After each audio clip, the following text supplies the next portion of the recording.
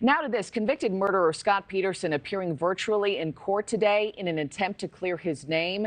Peterson was convicted of killing his pregnant wife, Lacey Peterson, and their unborn son, then dumping her body into the San Francisco Bay on Christmas Eve in 2002. He was initially sentenced to death in 2004, but that sentence was overturned. The now 51-year-old is serving life without parole. The Los Angeles Innocence Project is backing Peterson, pushing for DNA testing and missing evidence that could exonerate him. Mark Geragos is a high-profile trial attorney who led Peterson's defense team. He joins me now live this morning. Mark, it's always good to have you.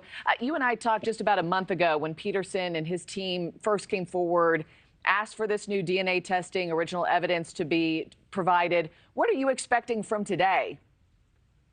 Well, I think the judge, if you remember, had shortened the time period. The prosecution had asked for about 90 days. She was having none of it and told them they got 30 days.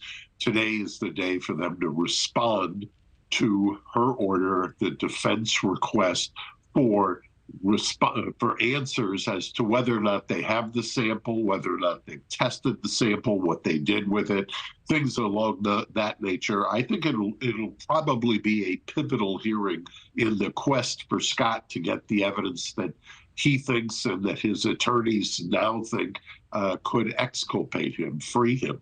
And we're hearing word that he and his attorneys are asking for certain records to be sealed. I mean, what are those records? What would those look like, Mark? Well, I assume that the records to be sealed, and I'm just speculating here, I haven't talked to anybody, but normally when you're asking for sealed records, it would be identities or name identifiers like Social Security information on witnesses or potential witnesses. My guess is also, and like I say, it's speculation, that this would be civilian non-sworn officers. Okay. Also, as I mentioned off the top, Peterson was convicted back in 2004, and even despite the death penalty being thrown out, the California Supreme Court still upheld his conviction, denied him another trial. How does that impact the efforts to overturn Peterson's conviction?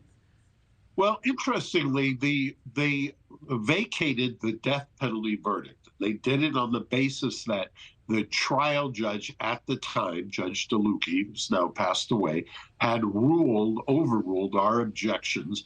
He was excusing jurors who said that they were against the death penalty. Why does that matter? Well, most studies show that people who are against the death penalty are generally not as pro-law enforcement. So what you ended up having was a whole kind of demographic of people who were eliminated, and the judge never asked the next question. Could you set that aside in order to be fair? Based upon that, they said that the death penalty unanimously, the Supreme Court ruled, had to be reversed. However, they said that that did not affect the conviction itself, like you said.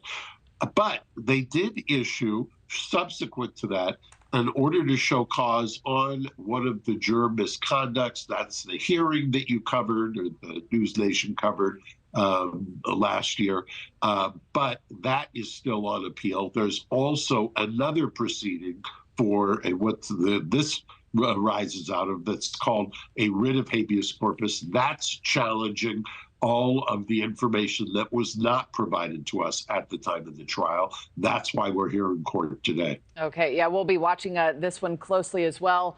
Thanks for watching, everybody. Go to joinnn.com to find NewsNation on your television provider. Also, don't forget to click that red subscribe button below to get more of NewsNation's fact-driven, unbiased coverage.